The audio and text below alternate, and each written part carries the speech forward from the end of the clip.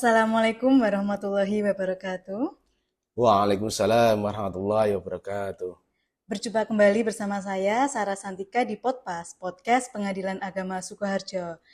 Di episode yang kelima ini sangat spesial karena narasumber kita pada hari ini adalah orang nomor 1 di Pengadilan Agama Sukoharjo, yaitu Bapak Subianto Nugroho SHI SPDSI, Ketua Pengadilan Agama Sukoharjo. Assalamualaikum Bapak. Waalaikumsalam warahmatullahi wabarakatuh. Bagaimana kabarnya Bapak? Alhamdulillahirabbil alamin. Alhamdulillah. Sobat Peradilan, kali ini kita akan membahas mengenai kewenangan mengadili ekonomi syariah. Bisa dijelaskan Bapak bagaimana sejarah terkait kewenangan mengadili ekonomi syariah tersebut? Jadi kewenangan pengadilan agama itu diatur dalam pasal 49 Undang-Undang Nomor 7 Tahun 89, khususnya ayat 1. Pengadilan agama bertugas berwenang memeriksa, memutus dan menyelesaikan perkara di bidang perkawinan, kewarisan, wasiat dan hibah, terus kemudian wakaf dan sodako. Nah, terus kemudian di tahun 92 kita ketahui bahwa sudah ada bank syariah, yaitu bank muamalah.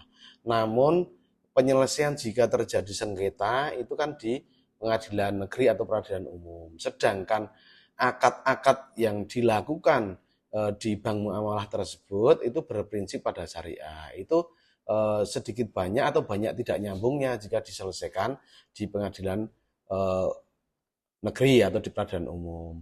Terus kemudian Undang-Undang Nomor 7 Tahun 89 tersebut itu diamandemen atau dirubah menjadi Undang-Undang Nomor 3 Tahun 2006. Di undang-undang tersebut kewenangan dari peradilan agama itu diperluas, yaitu mengenai ekonomi syariah. Ya, jadi mulai dari tahun 2006 sesudah munculnya Undang-Undang Nomor 3 Tahun 2006 tersebut, kewenangan mengadili perkara ekonomi syariah menjadi kewenangan mutlak peradilan agama. Oke. Bahwa di dalam penjelasannya ekonomi syariah tersebut tidak terbatas atau dibatasi di bidang perbankan syariah saja, tapi juga di bidang ekonomi syariah lainnya. Nah, ekonomi syariah lainnya itu banyak, itu ada bank syariah, lembaga keuangan mikro syariah, asuransi syariah, reasuransi syariah, reksadana syariah, obligasi syariah dan surat berharga berjangka menengah syariah, sekuritas syariah, pembiayaan syariah, pegadaian syariah, dana pensiun lembaga keuangan syariah, dan bisnis syariah. Apa-apa yang belum masuk tadi, ini masuk ke dalam keranjang bisnis syariah.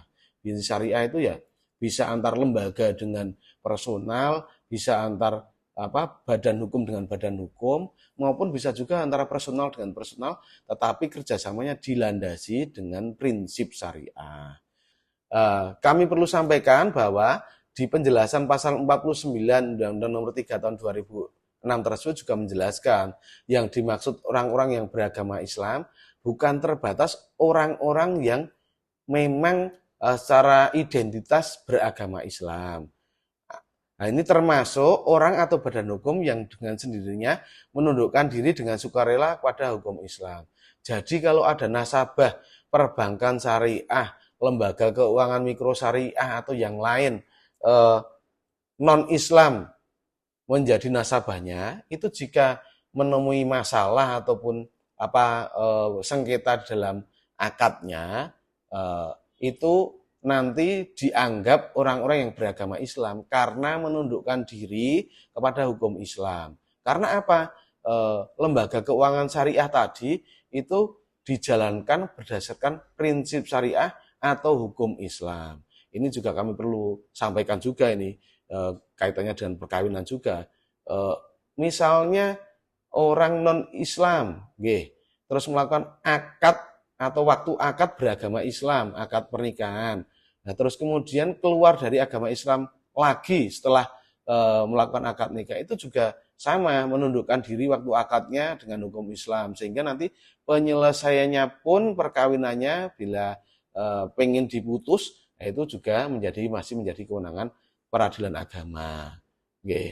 Itu kami penjelasannya dari pasal 49. Ya, sekali lagi kami sampaikan bahwa sejak Undang-Undang Nomor 3 Tahun 2006 menjadi kewenangan mutlak peradilan agama.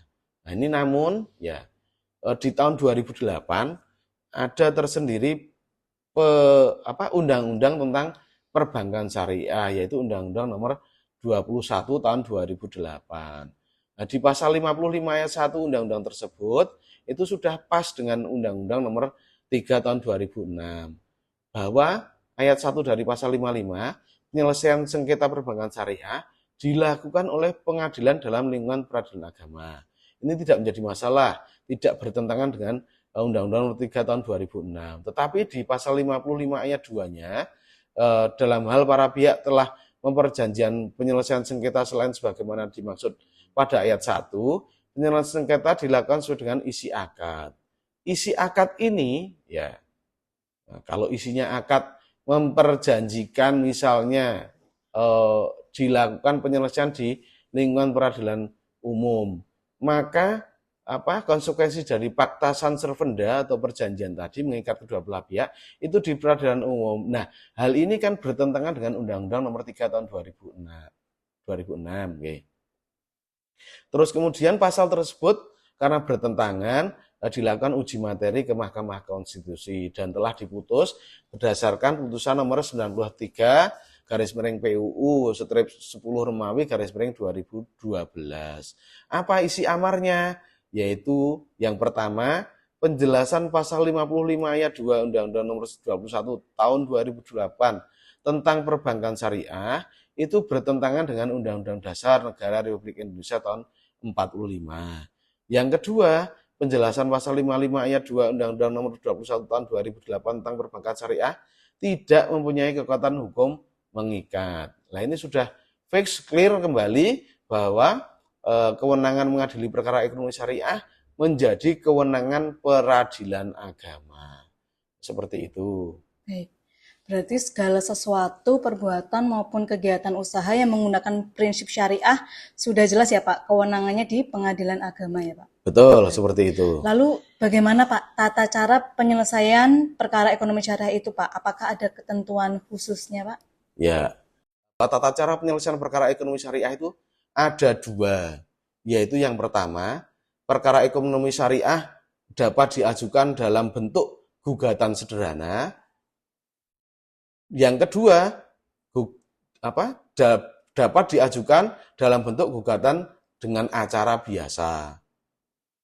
Perkara sederhana, ini diatur dengan Peraturan Mahkamah Agung Nomor 2 Tahun 2015 tentang gugatan sederhana yang telah diubah dan diperbarui dengan Peraturan Mahkamah Agung Nomor 4 Tahun 2019. Apa itu parameter perkara sederhana? Yang pertama, nilai gugatan material paling banyak 500 juta rupiah. Terus kemudian yang kedua, para pihak dalam gugatan sederhana terdiri dari penggugat dan tergugat yang masing-masing tidak lebih dari satu, kecuali memiliki kepentingan hukum yang sama. Nah, ini perlu kami berikan penjelasan. Misalnya, suami istri melakukan pembiayaan di bank syariah atau lembaga keuangan mikro syariah. Ini misalnya uang prestasi, maka pihaknya ada dua tergugatnya, nah, tetapi memiliki kepentingan hukum yang sama, jadi masih bisa diklasifikasikan di syarat yang nomor 2. Terus kemudian syarat yang nomor 3, terhadap tergugat yang tidak diketahui tempat tinggalnya tidak dapat diajukan gugatan sederhana. Nah, syarat yang lain yaitu penggugat dan tergugat dalam gugatan sederhana berdomisili di daerah hukum pengadilan yang sama. Dalam hal penggugat berada di luar wilayah hukum tempat tinggal atau domisili tergugat, maka penggugat dalam mengajukan gugatan menunjuk kuasa insidental atau wakil yang beralamat di wilayah hukum atau domisili tergugat dengan surat tugas dari institusi penggugat. Ini misalnya misalnya jika bank syariahnya atau lembaga keuangan mikro syariah beralamat di Sragen misalnya, ini kan bukan wilayah jurisdiksi Pengadilan Agama Sukoharjo. Terus kemudian pihak tergugatnya atau nasabahnya ada di wilayah Pengadilan Agama Sukoharjo. Nah, ini kalau seperti itu langsung tidak bisa menjadi perkara sederhana. Tetapi kalau bank syariah atau lembaga keuangan mikro syariah yang dari Sragen tadi menunjuk kuasa atau wakilnya yang beralamat di wilayah yurisdiksi Pengadilan Agama Sukoharjo, maka masih masuk kriteria yang nomor 3, yaitu domisilinya dianggap sama dengan wilayah tergugat. Oke. Terus kemudian syarat yang lain yaitu penggugat dan tergugat wajib menghadiri secara langsung setiap persidangan dengan atau tanpa didampingi oleh kuasa insidental atau wakil dengan surat tugas tadi. Terus kemudian gugatan sederhana ini juga berbeda dengan gugatan secara acara biasa. Apa itu bedanya? Ada limit waktu dalam penyelesaian perkara sederhana. Berapa waktunya? 25 hari sejak hari sidang pertama. Nah, ini diatur dalam pasal 5 ayat 3 Permen nomor 2 tahun 2015 tentang tata cara pemeriksaan gugatan sederhana. Nah, selain parameter yang ada tadi, maka gugatan yang diajukan perkara ekonomi syariah itu nanti menjadi perkara biasa atau perkara gugatan yang diperiksa dengan acara biasa. Seperti itu, Mbak. Baik, Pak. Lalu apakah di pengadilan agama hakim-hakimnya itu sudah kompeten, Pak, untuk menangani perkara ekonomi syariah, termasuk bank syariah dan sebagainya? Oke. Jadi di pengadilan agama itu tidak sembarang hakim dapat menangani perkara ekonomi syariah. Pada ketentuan umum pasal 1 ayat 7 Perma nomor 14 tahun 2016 tentang tata cara penyelesaian perkara ekonomi syariah disebutkan bahwa hakim adalah hakim tingkat pertama dalam lingkungan peradilan agama yang telah bersertifikasi hakim ekonomi syariah. Jadi selain dari hakim yang telah bersertifikasi, apabila di pengadilan agama tersebut ada hakim yang telah bersertifikasi, tidak dapat memeriksa perkara ekonomi syariah. Alhamdulillah di Pengadilan Agama Sukoharjo telah kami bentuk, tetapkan susunan majelis hakim yang menangani perkara ekonomi syariah dengan hakim bersertifikat ekonomi syariah. Dan kami juga telah menunjuk pula hakim yang menangani perkara gugatan sederhana ekonomi syariah. Jadi kepada masyarakat ini juga kami perlu menyampaikan kekhawatiran-kekhawatiran tersebut.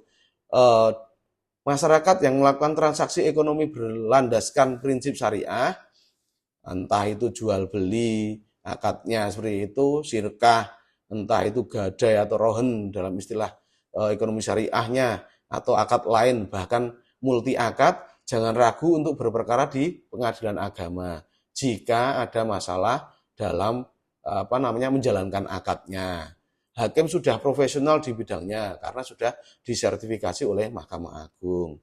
Begitu, Baik, Mbak. Selanjutnya nih Pak, pertanyaan yang terakhir. Apa saja Pak perkara ekonomi syariah yang masuk di pengadilan agama? Oke. Secara umum, perkara yang masuk di pengadilan agama, perkara ekonomi syariah ini khususnya, itu meliputi wan prestasi dan perbuatan melawan hukum. Nah, ini bedanya wan prestasi dan perbuatan melawan hukum. Wan prestasi itu sumbernya dari akad, sedangkan perbuatan melawan hukum bersumber dari pelanggaran terhadap undang-undang. Terus kemudian apa saja unsur wan prestasi? Ya, unsur yang harus dipenuhi dalam wan prestasi yaitu adanya akad atau perjanjian, adanya pihak yang ingkar janji atau melanggar perjanjian, terus kemudian juga telah dinyatakan lalai namun tetap tidak melaksanakan isi perjanjian. Ada beberapa bentuk wan prestasi. Oke, ada 4 setidaknya bentuk wan prestasi. Yang pertama yaitu tidak memenuhi prestasi yang telah diperjanjikan. Misalnya mau melunasi langsung, ternyata tidak melunasinya. Terus kemudian memenuhi prestasi dengan tidak sebagaimana mestinya. Terus kemudian yang ketiga, memenuhi prestasi tidak sesuai dengan jangka waktu yang diperjanjikan. Ini misalnya diperjanjikan dalam menyelesaikan pembiayaan eh, 24 bulan atau 2 tahun. Nah, ternyata lewat dari 2 tahun seperti itu. Dan juga melakukan hal yang dilarang menurut kontrak yang telah disepakati, yaitu bentuk-bentuk dari wan prestasi. Terus kemudian kalau kategori perbuatan melawan hukum tersebut setidaknya ada 3, yaitu perbuatan melawan hukum karena unsur kesengajaan, terus kemudian perbuatan melawan hukum karena unsur kesalahan, dan perbuatan melawan hukum karena unsur kelalaian. Nah, itu 2 perkara pokok yang sudah masuk atau sering masuk di pengadilan agama mengenai ekonomi syariah. Demikian, Mbak. Baik, Pak. Semakin jelas nih, Pak. Jadi kewenangan ekonomi syariah sudah mutlak di pengadilan Ya, agama. betul. Kemudian tata caranya bisa melalui acara gugatan sederhana maupun biasa. Betul. Kemudian perkara yang masuk bisa dikategorikan 2, yaitu perbuatan melawan hukum dan manifestasi. Begitu ya, Pak ya? Ya. Terakhir, Bapak Ketua, kiranya Bapak berkenan memberikan closing statement pada episode kali ini untuk Sobat Podpas yang menonton. Ya, jadi kewenangan peradilan agama itu sesuai dengan Undang-Undang Nomor 3 Tahun 2006 tentang perubahan Undang-Undang 7 Tahun 89 tentang peradilan agama, ditambah kewenangannya mengadili ekonomi syariah. Nah, terus kemudian juga kami sampaikan bahwa jangan ragu untuk berperkara ekonomi syariah di pengadilan agama. Karena apa? Hakim pengadilan agama telah disertifikasi menangani perkara ekonomi syariah, sehingga akan profesional jika menghadapi perkara ekonomi syariah. Mungkin itu yang kami sampaikan untuk pesan-pesan terakhir ataupun closing statement, Mbak. Baik, Bapak. Terima kasih atas waktu dan kesempatan yang diberikan. Suatu kehormatan bagi saya bisa berbincang-bincang dengan Bapak. Sebelum saya tutup nih, Pak, saya ada pantun. Ya, silahkan. Ke pasar minggu membeli pala. Cakep. Jangan lupa singgah membeli lada. Cakep. Podcast Ekonomi Syariah kita sampai di sini saja ya. Sampai jumpa di episode selanjutnya.